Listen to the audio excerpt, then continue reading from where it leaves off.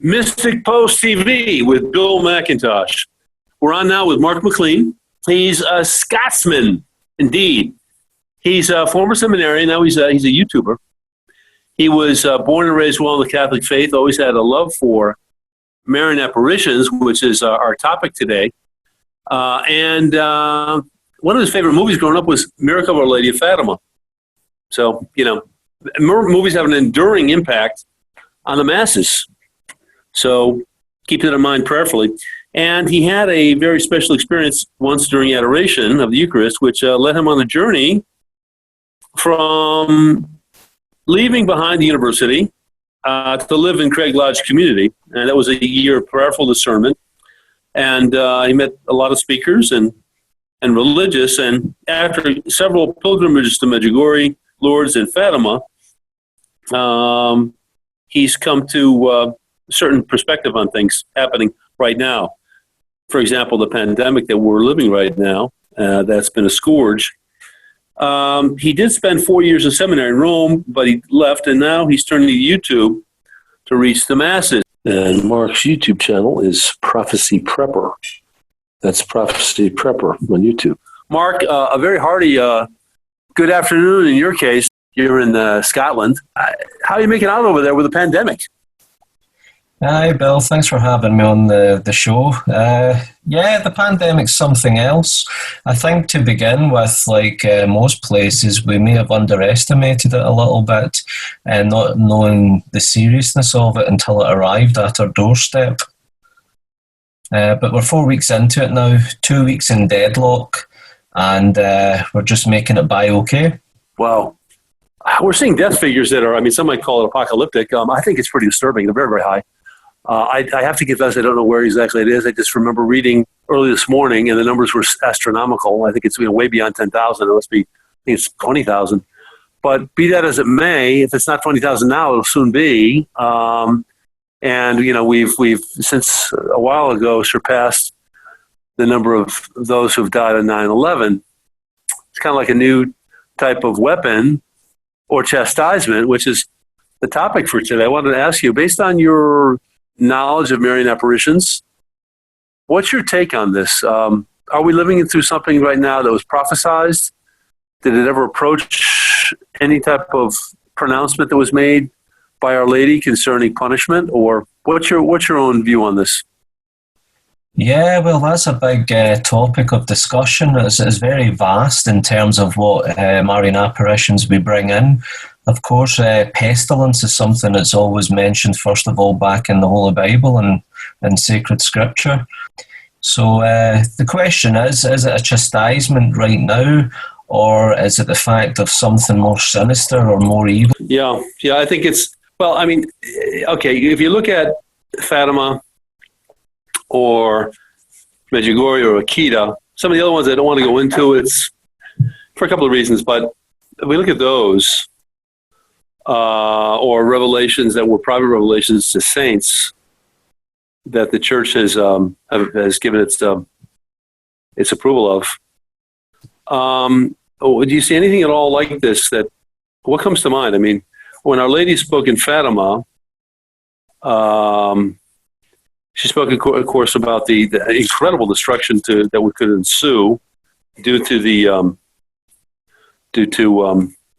war and the spreading of errors, which, of communism. Russia was mentioned prominently. But what's your take on this? They've spoken about chastisement, for example, in terms of fire from heaven. Entire nations will be destroyed. And, of course, we're not approaching that now, but who knows? It could become something that's lethal like that if, in some cases, you have 1 to 2 to 3% of those infected with COVID-19 succumb and die. But if the health system is overwhelmed, then will that percentage creep upward? And what will be the cumulative impact economically and on an infrastructure that could result in even more deaths? I don't know. You care to comment on that? Kind of a long question. I'm sorry. That's okay, as long as you can handle a long answer. I don't have any notes in front of me. I don't have any of the books open as such. But going with my mind and what you're saying about this COVID-19, it seems like America are a few weeks behind from getting it compared to the United Kingdom and Europe. It seems the way that it's spread. And I'm no expert medically or anything like that, but from what I've seen on the news, it gives the impression that America isn't taking it as serious as other nations, and the focus is on the economy, which I think will be a more drastic outcome in terms of the death toll in such a vast area as America with that level of population. In regards to the other questions, the thing about it was a recent interview, Maria, the Medjugorje visionary, who still has her monthly message to the world and still sees Our Lady every day. There was no direct message about it, but she did have an interview where she gave her opinion, and she believed it wasn't a chastisement from God, but more that it was stemming from evil. And she wouldn't be surprised if it eventually just disappears quite quickly. And those kind of words kind of reminded me of the circulation of a book that's going out right now. It was written back in the 80s, I believe, The Eyes of Darkness. And in that book, there's a few pages speaking about the Wuhan virus and how it would be unleashed in 2020. So you take that as a fictional book, but rather remarkable in what's been written back then. And again, it's to disappear, according to, if you had to read that. But like Maria, the visionary, said, if it is stemming from evil, that's her own opinion, then what does that mean? Is it the case that the way the world is still going, that it's just getting further corrupt, it's further going into evil? And going back to what you say when you mentioned Fatima, is when we think of the fire falling from the sky, Our Lady stopped the angel with the flaming sword from setting the world on fire, and where he shouted out, penance, penance, penance. So the time that we're living in is still not a time of chastisement or punishment from a just God. It's still the time of divine mercy. It's still the time of grace. And these ways are for a time where we can really use this time of silence, of regaining our senses, and really putting God back in the first place. More prayer time than ever. The amount of masses online all over the world now, we have access. I can go from Holy Mass today in Scotland, tomorrow I can have Mass in Peru, and then the day after I can have Mass in Rome. I mean, there's still good coming out of all this, although the churches are closed. Yeah. And it is a time of great discernment. But I do think we are in special times all the more. It was no coincidence, I believe, that Mariana, the visionary, who's to reveal the 10 secrets in time from Medjugorje through her priest, Father Petar, the day I received a notification that the bishops of Scotland decided through prayer to close the churches for the feast day of St. Joseph on March 19th. They announced this on March 18th. Now, of course, that was always the time where Mariana says that Our Lady told her in the future the date would be significant. And I still believe the future that will be significant. But on March 18th, just past, she received her annual message and apparition, but afterwards Our Lady told her she will no longer receive them on she will no longer receive the second of the month message or apparition anymore. It's just significant timing. I don't think it's a coincidence at all. Things are moving. No. Yeah, there are no coincidences. You know, I mean, this is really pretty shocking. I remember when that happened. It was stunning. It suggests that a new chapter is opening with humanity. And with its relationship to God. And, you know, I get the impression that maybe, what we're seeing is a world turning back to God and realizing that it can't take God for granted. The church is being closed, of course. The fact that you have, tens of thousands of people who are no longer able to be attended to by a priest or family as they die. which is a huge wake-up call for humanity that has so long taken God for granted. You consider the fact that in so many places, people, if they go to Mass at all on a holiday, they'll go in their bathing suits, maybe. Some, well, not all, but unfortunately, maybe many people have that attitude, as if they're doing God a favor by showing up to Mass any which way. And so, of course, it can't be like that.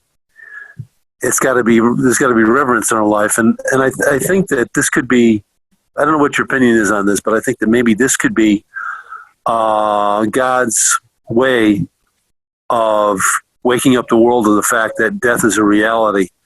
You know, you think about the fact that, a fellow I know that went to high school with me, I graduated in 1976, and he passed away. And then there was another graduate of my school from the year 2007.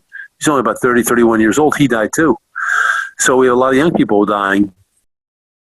But I'd like you to tell us what exactly, if you had to summarize it in a couple of minutes, what has been the message from Medjugorje about chastisement? What has Our Lady stated about chastisement? I'd like to see also what Our Lady has stated in the Akita apparitions. But regarding Medjugorje, what has Our Lady said about punishment? So like you mentioned at the beginning, I've went from seminary to now kind of putting my studies and a bit more belief of the Marian apparitions into YouTube. My channel name is called Prophecy Prepper, as it stands. I think it's evolving into something maybe a bit more for church-based, but it's kind of finding its identity now. Now, the most recent video I did was putting all those apparitions together on a whiteboard and really putting it through, and the success of it really seems to have paid off with the many views. In fact, I believe it's how you found me yourself somehow. But it's a lot to kind of put into one question in a couple of minutes. I mean, that video alone, after much studies, condensed down to 34 minutes or so. And there's still more to come. So it's such a vast subject. The thing that highlighted on that video was chastisement as a recurrent theme in our messages throughout different apparitions, from Fatima through Akita. I know the other one I haven't mentioned, which I do find significantly linked, is Garabandal. However, Medjugorje, she hasn't really spoken in the same way with such severe and clear messages to the world. It's as if Medjugorje is the place where she's coming as a mother, as the Queen of Peace. She's telling us every day, repeatedly, about prayer, about fasting, about Holy Bible, the Eucharist, conversion. These are the things constantly repeated. I do believe the chastisements are contained within the 10 secrets, but the visionaries did say that there's also within those secrets like times of grace. One of such secrets allowed to be revealed was the permanent sign that will be there for more conversions than ever, a sign directly from God, which echoes the same description of the one in Garabandal. Straight away there is a link. They also says one chastisement was actually averted because of the response to prayer and fasting in our messages. But they say the other ones that are still to come will come, they have to be done, but they can be lessened based on our response back. And as they keep repeating, this is the time of grace, this is the time to convert, don't wait for the sign. And if you look into the book of Revelation, I don't have it to hand right now, but there is a part when from chapter 8, even Lucia Fatima says, read the Apocalypse, and I'm pretty sure it was specifically chapters 8 to 15. Now, if you start with chapter 8, we're speaking about the trumpets and the seals already going, breaking and sounding and such. But there's one thing that the angels have to wait until the people of God are ready. All these things are coming, but the angels are waiting until we have the seal. Now, there's many biblical scholars from all denominations, I'll say all, but see, in simple layman terms, I think that time of waiting is this time of grace. Prepare now, don't wait for the sign. Turn your hearts to God now. And I think that's what's happening, because whatever tribulations, whatever chastisements come, if just people, those who love God, will see it and accept it because it's still an act of love and mercy to waken the world. Yeah. God, Yes. it's a God of love. He's still a God of love, and this is still the time of divine mercy.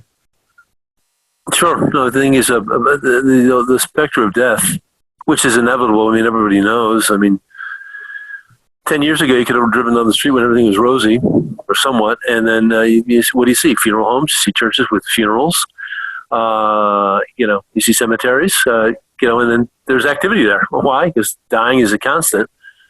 We're just seeing it now in a way that is much more compressed, and it basically, I think, waves a red flag in our faces that this life is not going to go on forever. It's going to have an end date, this life on earth. So a question I wanted to ask you is that concerning the permanent sign, which is to take place in I guess it's Herzegovina. In which country? It used to be the former Yugoslavia, but that's not precise enough. Is it Bosnia Herzegovina? Yeah, Bosnia Herzegovina or Herzegovina, depending on how the accents are. But that's where it is now. Yeah, I've been there a few times. Right. So then here it is. It's in Bosnia Herzegovina. And what has Our Lady told us in Medjugorje about that sign, about that permanent sign? Yeah, from memory again, obviously. I mean, I do have Mariana's book at heart, and it's something I could go further into and start marking the pages of. But from memory, I do believe it's a sign that will be left at Apparition Hill, which is the first place where they had their apparition. And it'll be a permanent, indestructible sign where all can see, all can take photos and televise, but we can't touch it, and it can't be destroyed with anything on earth. Mankind can't destroy it. And everyone will know when they see the sign that it's from God directly, and that's why there will be more conversions than ever, but still some will refuse to convert. So I do think it's going to be something that's going to be very beautiful, something that's going to be is very real, where once we're there, something probably interiorly will happen upon what our eyes see before us. People have spoken about a moment in which all automobiles will stop, machinery will stop, and people will have this incredible, let's say, call it an infusion of grace, whereby they will see their souls, the state of their souls as God sees them, the true state of their lives. And this moment of revelation about themselves will be, for some, will be devastating. And will lead to possibly conversions, huge changes in people's lives. What can you tell us about that in Marian prophecy? Yeah. So believe it or not, even though the main focus of that type of illumination of conscience, as it's called, a time where we're going to see ourselves before God is going to act for people on earth to see. And the description of where, no matter where you are or what you're doing, every single human being on the planet at the same time will have this moment where they will see themselves before God. Now, the first thing when we speak about that in terms of Marian apparitions, straight away people think of Garabandal. But what I've recently discovered, and it seems to be growing more and more popular, is the website Countdown to the Kingdom, and it's all to do with Father Rodrigue. And there's a book out, and I've only looked at a sample of it today, in fact. But this message about this illumination of conscience, this act of God that's to come, goes further back, and there's signs of a time of darkness over the earth first. Some people speak about 3 days of darkness. Again, in scriptures is the first place, all the way back to Moses up until Revelation. So there's always been times of it. The Gospels also speak about those times to come. Like, for example, in Matthew's Gospel, God is going to act with his mercy. Although we still have our free will, he's acting with this mercy in order to save us from where humanity is going. I mean, we have, as Pope Benedict XVI says a few years ago, we already have the means to destroy the planet and obliterate it if we wish. But what's happening now is not only is the church due to come under attack further and further, And if this isn't a precursor to it all already, then what is? But the illumination of conscience will happen. The way I remember, and further reading on other sources, it's not like it's going to be a time of mercy, but it's going to be a time where you're going to feel so isolated and alone before God, and you're going to see exactly what your sins look like before Him, how pure in love He is, but yet the sins and the evil. It'll be the good that we didn't do and the bad that we did that'll show. Right. And it's in order to correct our conscience. That's the main thing. And as Pope Benedict XVI said a few years ago, to paraphrase, it's like the greatest thing going wrong with humanity right now is an eclipse of reasoning. There's no longer the case of what morals count or what's right or what may be even truth. It's an eclipse of reasoning. And this illumination coming to the entire planet is to correct our quiet awakening on the earth. I think it's going to be a time where Sorry?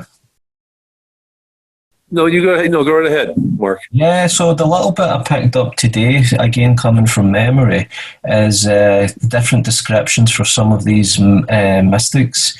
And like this illumination of conscience is also going to be different for each person. It will be unique. So those who are very close to God are going to see it in a much more grace-filled way, but they will still see, again, the way of making it better for themselves. Those who are very much living in an evil way and completely away from God are going to be the ones going through it more severely.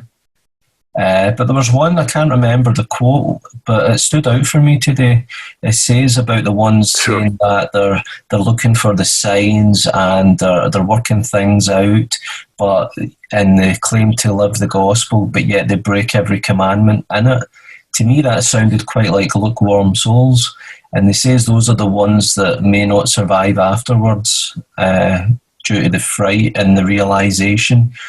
And if you think back to the diary of St. Faustina regarding the divine mercy, our Lord revealed to her that the bitterness of his passion was for lukewarm souls.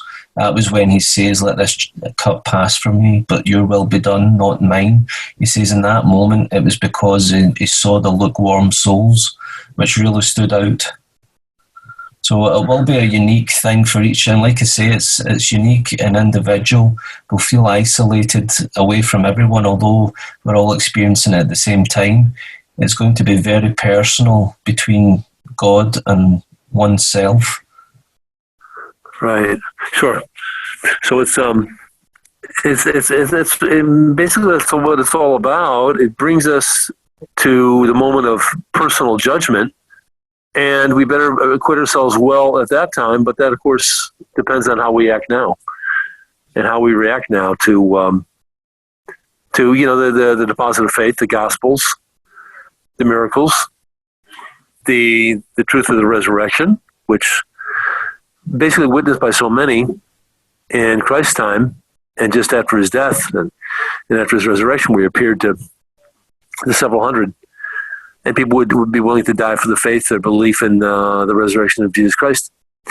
So tell us about Akita, Mark. What was the message of Akita? What was it that was prophesied by Our Lady of Akita? Yeah, so again, my memory, I took away the board from a recent video. There's so much information. Akita came, I believe, in 1973 until 1981 or so. The main date of the messages standing out, of course, was October 13th, which we know was the October 13th, 1917, was the miracle of the sun at Fatima. One of the things Our Lady asked of them is to recite the prayer in between the decades of the Rosary, "O my Jesus, forgive us our sins, save us from the fires of hell," because it still wasn't well known at the time. Sure. I've also read that the bishop at the time, Bishop Ito, did accept the messages and the apparitions, and there was comments from Cardinal Joseph Ratzinger at the time, head of the Congregation of the Doctrine of the Faith for many years, as we now know as Pope Benedict XVI. He did say the messages contained in Akita, apparently, are very much in line with the message of Fatima. Now, there's a lot of conspiracy out there that not everything was revealed about Fatima, which seems to be the very end chastisement, even though with all these other ones, if you have to put it in order, it's as if we get the graces, we get the signs, we get the illumination of conscience, we do have a time of tribulation and we come through, but if mankind still doesn't change for the better after all that, then the end chastisement seems to be, which is, as far as we can see, is contained in Akita. But the more worrying thing, apart from all these signs or chastisements, is the battle within the church, which is a massive thing that people seem to forget about. She spoke about how Satan will even infiltrate the church. They'll see cardinals against cardinals, bishops against bishops. The priests that venerate Our Lady, Our Blessed Mother, will be despised by their confreres. We're speaking about great division within the church. We're speaking about a great attack in the papacy. So we're not wrong. I think if that was the case, and the church would be very careful to accept such messages to put out for the world. Yeah, it's amazing. 4 years in Rome, I got a good impression of politics and bureaucracy and certainly division, especially around like the liturgy and all this division pre-Vatican II, post-Vatican II. And for 4 years, and what I got from it, it was very disturbing to see. And now we're in the reign of the two popes. Prophecies about that are all coming true. And I do think... What were the prophecies? Tell us about the... Mark, excuse me, forgive my interruption. That's okay. What were some of the prophecies concerning the two popes? Of course, you're referring to the fact that Benedict XVI resigned the papacy. Pope Francis took over the papacy, was elected pope.